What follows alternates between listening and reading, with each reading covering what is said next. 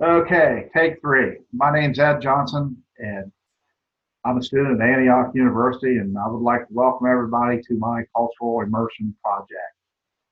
So let's get started.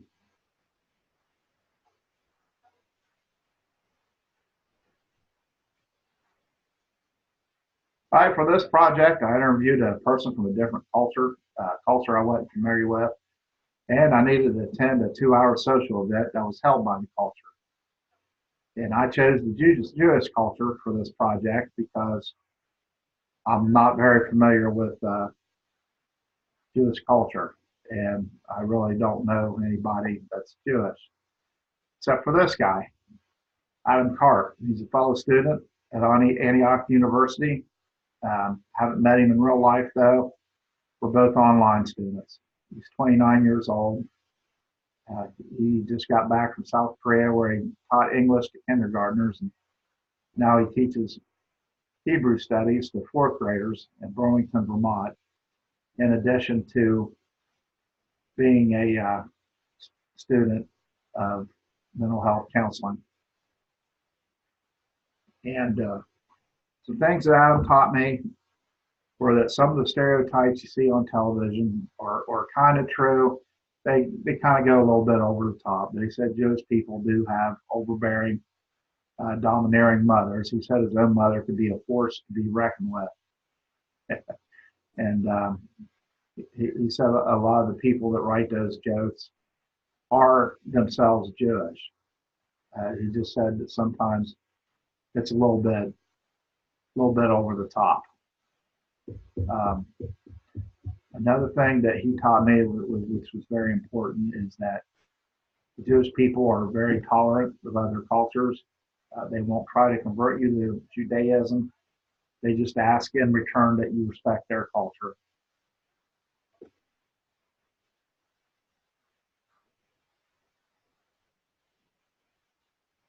Okay, I went to Temple Israel in Bexley, Ohio. Bexley is a town. It's a lot different from where I live. I live in a small town of about 300 people, and Bexley is a suburb of Columbus, and it's more middle to upper class neighborhood. I live in a poor neighborhood, but I went up there and attended Shabbat service, which Shabbat is the celebration of the Sabbath, which to the Jewish people, their holidays start at sundown. So Friday night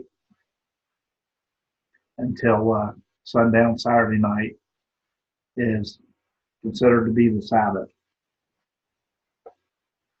Um, when I drove up to the building, I noticed there was a security guard out there. He seen me walking towards the front door. I guess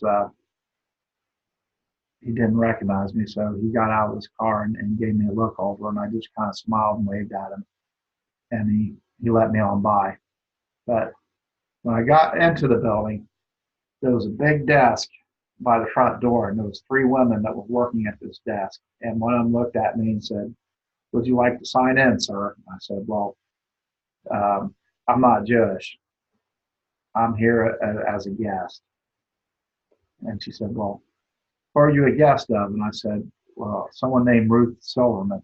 And she said, "Oh, Ruth's here. Let me wait here and I'll go get her." So this is Ruth Silverman. She's a clergy assistant.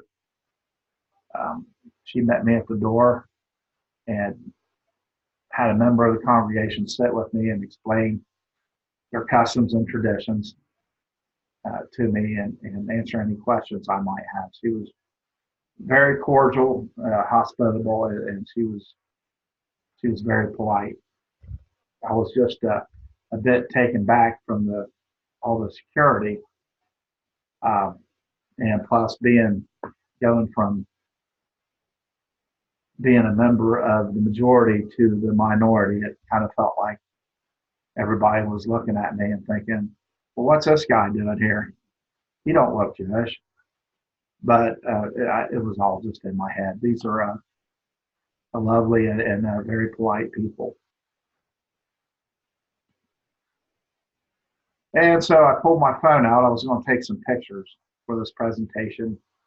And my guide said, "Oh no, phones aren't allowed here. In some places, they'll even go around and check to make sure your cell phone's shut off. All you need to do is just turn it down and don't answer it, don't take any pictures." And I said, "Okay." Uh, there was kind of a little meeting room in the lobby where they had little snacks, and they had bottles of wine. And I'd never seen wine or alcohol in a church before, and it just struck me as unusual. I'm not saying there's anything wrong with it. It was just different than what I was used to, and it surprised me. So we talked for a little bit. I talked about wanting to be a mental health counselor, and she told me about her daughter, and then we went into the service, which was led by Rabbi Sharon Mars. It was a nice service. I mean, it was evident that she loved uh, she loved her congregation. She was familiar with her congregation, and she just kind of told us what pages to turn to in our hymn book. The hymn book was interesting, and that was bound from the right and to the left instead of from the left to the right. So we would say it was bound backwards, but to them it's bound the right way. But on each page there was three columns. One column was the ancient Hebrew language. To the left of it was the Hebrew sounded out with English characters, so you could sing along with the music. And then at the bottom was the actual English translation. Um, my guide told me that the cantor was a very talented woman who had sung off Broadway before, and I asked her what a cantor was. And a cantor is the person who leads all the singing. And this is the cantor by Amy Moses. And indeed, she was very talented. She had a great voice and a great stage presence. It was interesting that all the songs were sung in Hebrew. There was no English, no English, and it was very rhythmic. Had a nice beat to it. There was a lot of clapping with the beat. At one point, while I was clapping, my guide looked over to me, and I just asked her if I was doing it right. And she just kind of smiled and said, "Oh yeah, you're doing fine." The service itself was mostly singing. At one point, the rabbi asked anybody who had loved ones suffering from an ailment to stand up and speak their name. I stood up, spoke my son's name and my grandson's name, because they both have autism. There was another point a little later where the rabbi asked people to stand up and speak the names of their dead that they'd lost in the last year, and people did that. And then after that, they had a man come up and talk about who was collecting toiletry items and clothing for the homeless. And there was two bins out in the lobby, and if anybody wanted to donate anything, they was welcome to come in at any time and just and put items in the bin. And then there was a speaker who spoke on drug addiction. And she talked for about 10, 15 minutes. She was with the governor's council on drug addiction. She was an advocate for addiction recovery, and her name was Sarah Thompson. After the service, I did what a little bit of what they would call schmoozing. Let's just go around the lobby and talk to people. I talked to Sarah Thompson for a little bit, told her I was studying to be a mental health counselor, and in particular a drug counselor, and asked for a card so I could call her if I needed to. later on in my career, once I actually become a drug counselor. Um, I found the man who was collecting the items for the homeless. I wanted to donate some money to his cause. So I pulled out my wallet, and everybody around me just, and I'm like, oh my gosh, what did I do? And I guess it's very offensive uh, in a Jewish temple to exchange money or to flash your wallet. I guess it's seen as being kind of boastful.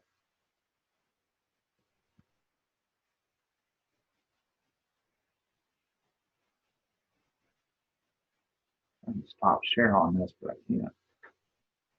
Okay, here we go. I'm supposed to talk about what I learned from my experience that change any preconceived notions that I have of Jewish people. Um, yeah, kind of. I thought, most of the stereotypes on TV were crap. Like the Jewish people didn't have mothers that were that domineering, and according to Adam, yeah, I guess they do. Uh, I know there's a stereotype. I didn't actually believe it, but it's out there that Jewish people are kind of greedy and they love money. And the truth is, I mean that's not true. They were horrified, and I pulled out my wallet at the service. I felt awful. I kept apologizing about it. Um, they do value financial success, and that's a lot different than being greedy. It's a misunderstanding. Um, as a future counselor, how I can advocate for the Jewish people.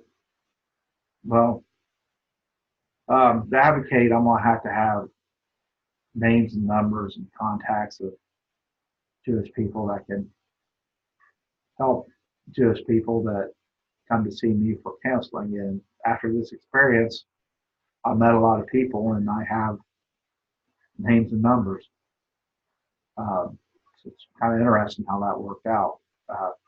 It was also interesting. They had a person speak about drug addiction, and I just happened to be there, and I'm studying to be a drug counselor. So I thought that was also interesting.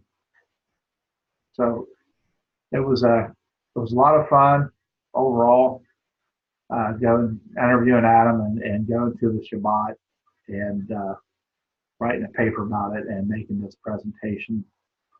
Um, I hope you all enjoyed it. If you have any questions, just ask me in the comment section.